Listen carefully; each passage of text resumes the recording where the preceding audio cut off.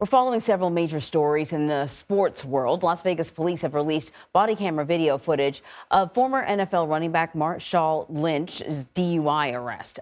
Meantime, Tom Brady is stepping away from the Tampa Bay Buccaneers, and tennis star Serena Williams is beginning her farewell tour. So David Samson is here to talk about all of this stuff. He's the host of CBS Sports podcast, Nothing Personal with David Samson.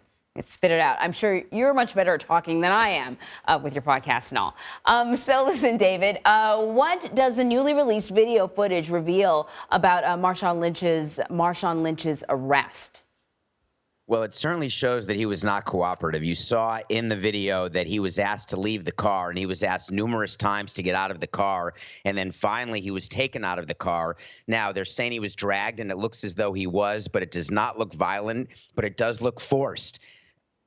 And remember, when you are pulled over and arrested and you are an athlete, it doesn't matter who you are, but if you're a famous running back, just do what the police say, and then you won't have this issue. But he was asleep. His car was undrivable. There was so much else going on that you're not seeing in the video.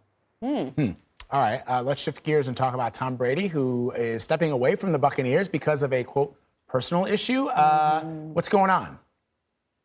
So he hasn't said anything, and he's got a ton of Instagram followers, and he tries to tell us everything that's going on in his life. And then all of a sudden he disappeared, and we don't know why. So let me just say, assuming there's no health issue with him or his children or his family, this was a premeditated vacation that when he was retired and negotiating to come back with the Buccaneers, he had all the leverage in the world.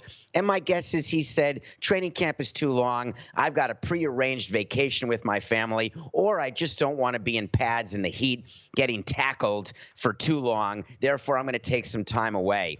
And it just shows the level of player empowerment in the NFL, the NBA, and the other leagues has really reached new heights. It's unheard of for a player during my 18 years to disappear during spring training. But when you're Tom Brady, I guess nobody says no to you.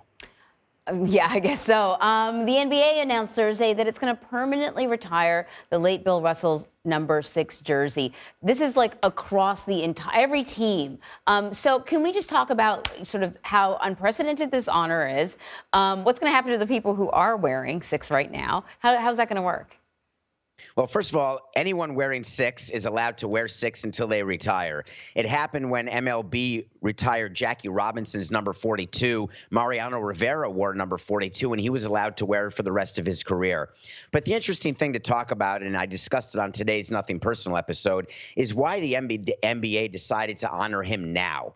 Why not honor him when he was alive? Why wait? Did he become even greater because he died at 88? What about when he was 86? They could have done this. It's as though the NBA wanted to make sure that everyone realized the importance of Bill Russell to the National Basketball Association. But the fact of the matter is, what happens when Kareem Abdul-Jabbar dies? What about LeBron James? We saw Kobe Bryant died early, and they didn't retire his number.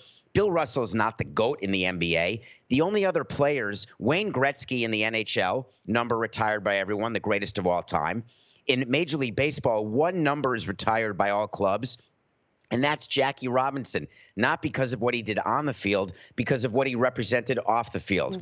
Now, don't get me wrong. Bill Russell's a winner. Bill Russell did many things, civil rights activist, the first African-American head coach in the NBA. But to retire his number seems like a bridge too far, and that the NBA was just trying to get more attention when they really didn't need to do it in this way. David Samson mixing it up, boy. Love it, love it. I see the tweets. David Samson, thank you, my friend. We appreciate it.